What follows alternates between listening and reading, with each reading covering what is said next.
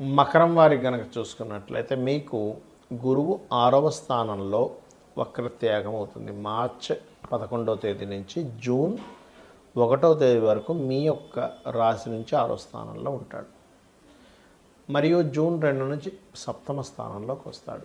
దీనివల్ల కలిగే ఫలితాలు ఏమిటి, ఏ దేవతారాధన చేయాలి, ఎటువంటి దానాలు ఇవ్వాలి, ఏ గ్రహం దగ్గర దీపారాధన చేయాలి, సహజంగానే మీ యొక్క జన్మజాతకంలో గనక ఏదైనా గ్రహం వక్రించుంటే ఎటువంటి ఫలితాలు వస్తాయి అనేటువంటి విషయాలు చెప్తుంది నేనైనప్పటికీ చెప్పిస్తుంది సాక్షాత్ లలిత అమ్మవారిగా భావిస్తూ ఆ లలితాంబిక అమ్మవారి యొక్క అనుగ్రహం మీకు పరిపూర్ణంగా కలగాలని మనస్ఫూర్తిగా కోరుకుంటూ, ప్రధానంగా ఇక్కడ ఎప్పుడైతే ఈ గురువు 6వ స్థానంలో వక్రత్యాగం అవుతుందో, ఇది ఒక రకంగా చెప్పాలంటే పాజిటివ్ ఉంది, నెగిటివ్ ఉంది. ఇందులో ఎలాగా అంటే teachings, trainings, banking sectors, consultancy centres related సంబంధంగా ఉద్యోగాలు ఉండేటువంటి వారికి ఉద్యోగ అవకాశాలు వస్తాయి ఇక్కడ, అందులో ఎటువంటి సందేహం లేదు.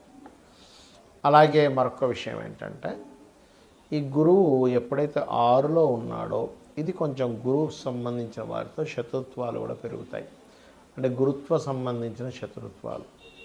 కాబట్టి గురువులతో కాస్త శత్రుత్వాలు ఏర్పడతాయి అనుకునే విషయంలో మార్చి 11వ తేదీ నుంచి జూన్ 1వ తేదీ వరకు కాస్త జాగ్రత్తగా ఉండండి.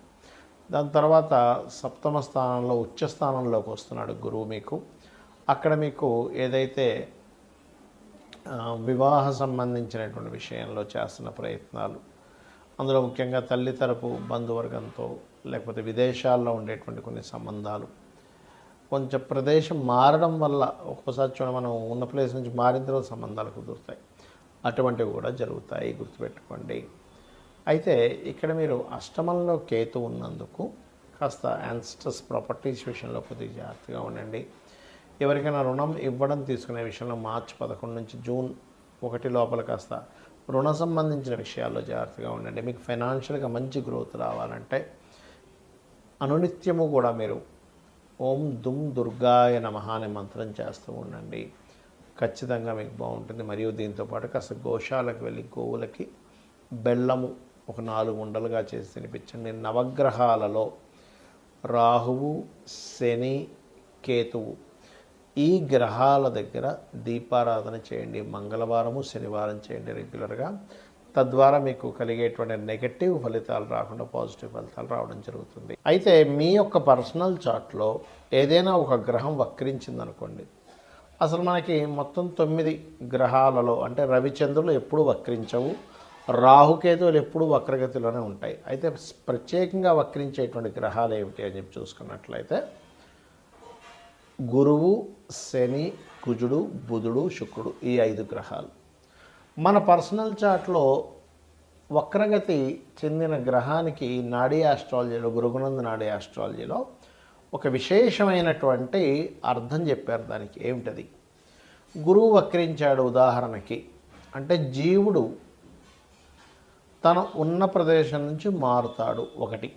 రెండవది తను ఏ రాశిలో ఉండి వక్రించి ఏ రాశి వైపు వెళ్తున్నాడో దాన్ని బట్టి కూడా రిజల్ట్ ఉంటుంది.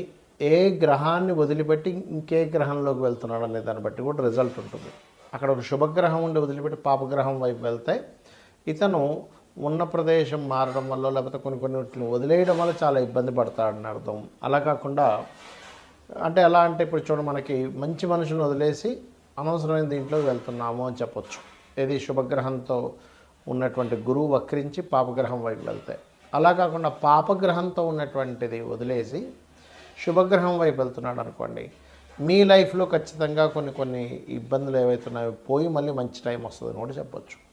అయితే జూపిటర్ వక్రగతి అనేటువంటి పాస్ట్ లైఫ్ అని చెప్తుంది. ఏ గ్రహమైన వక్రగతి అంటే పూర్వజన్మల్లో కొన్ని దేవతా సంబంధించినటువంటివి, గురు సంబంధించినటువంటిది, అదేవిధంగా స్పిరిచువల్ రిలేటెడ్ సంబంధించినవి, గురువు సేవ సంబంధించినవి కొన్ని మీరు పెండింగ్లో ఉన్నారు, అవి మీరు తీర్చుకోవడానికి ఈ జన్మ ఎత్తారు అనేటువంటిది మీరు అర్థం చేసుకోవాలి.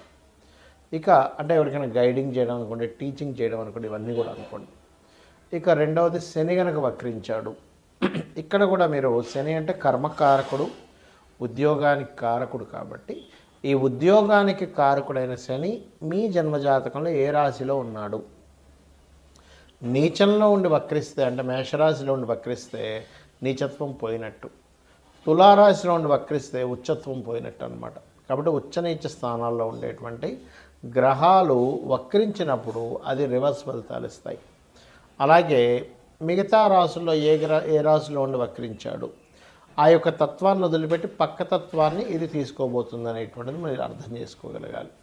అలాగే ఇక్కడ ఏంటంటే ఎప్పుడైనా శని భగవానుడు వక్రించాడు అంటే పూర్వజన్మల్లో మనము చేయవలసినంత జాబ్ అనుకోండి, మనం ఎక్కడో మనకు ఒక జాబ్ ఇస్తే ఆ జాబ్ని సరిగ్గా చేయకపోవడం వల్ల మన కర్మలు కొన్నిటిని వదిలేసాము, పూర్తి చేయలేదు. ఆ కర్మలు కంప్లీట్ చేయడానికి ఈ జన్మలో పుట్టాము. అందుకే ఎవరైనా శని వక్రించినప్పుడు అది ముఖ్యంగా డియోల్ సైన్ వెళ్ళినప్పుడు డియోల్ కారకుడితో కనెక్ట్ అవుతున్నప్పుడు రెండు జాబులు చేస్తారు. అది ఇక మరొక విషయం ఏంటంటే ఇక్కడ ఉన్న ప్రదేశం నుంచి ఇతర ప్రదేశాలకు వెళ్తే వీళ్ళ యొక్క కెరీర్ బాగుంటుంది అనేటువంటి సంకేతం మీ జన్మజాతకంలో కనుక శని వక్రించాడంటే.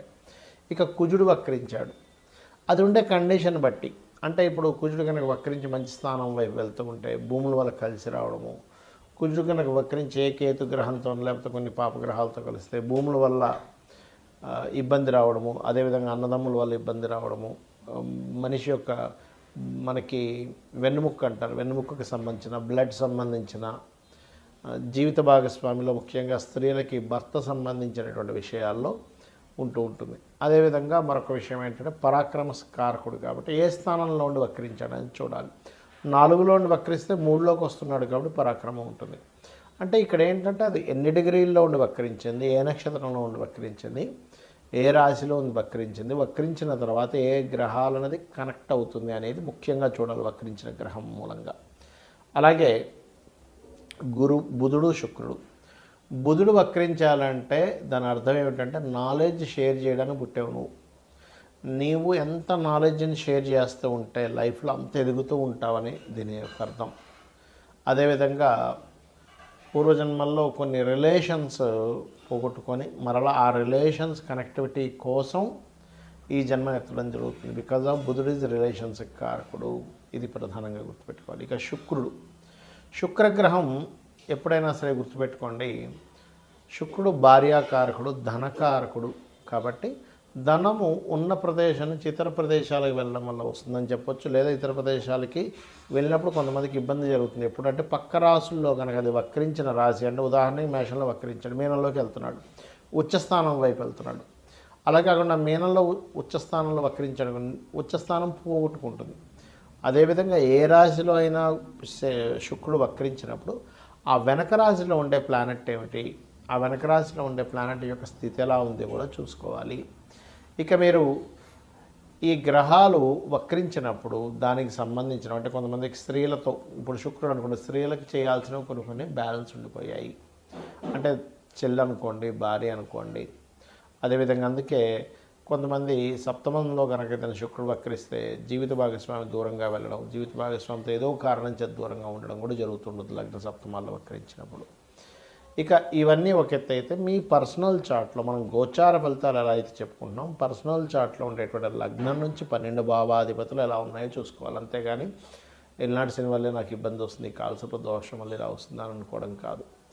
ఇవి చూసుకుంటూ మీకు సరే మీ జాతకం తెలుగుతారు రెగ్యులర్గా రోజు లలితా సహస్రనామాల యొక్క శ్రవణం కానీ పఠనం కానీ చేయండి, ఖచ్చితంగా మీకు బాగుంటుంది. శ్రీమాత్రే నమః.